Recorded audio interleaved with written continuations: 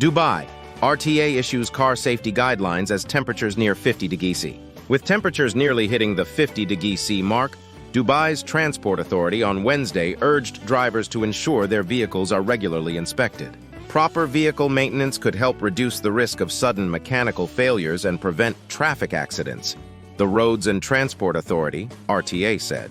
Sharing a safety guideline as part of an awareness campaign, the RTA urged motorists to check the condition of the following: tires, brakes, oils, cooling fluids, air conditioning systems, batteries, lights, windshield wipers. Oil should also be inspected for water leaks, it added.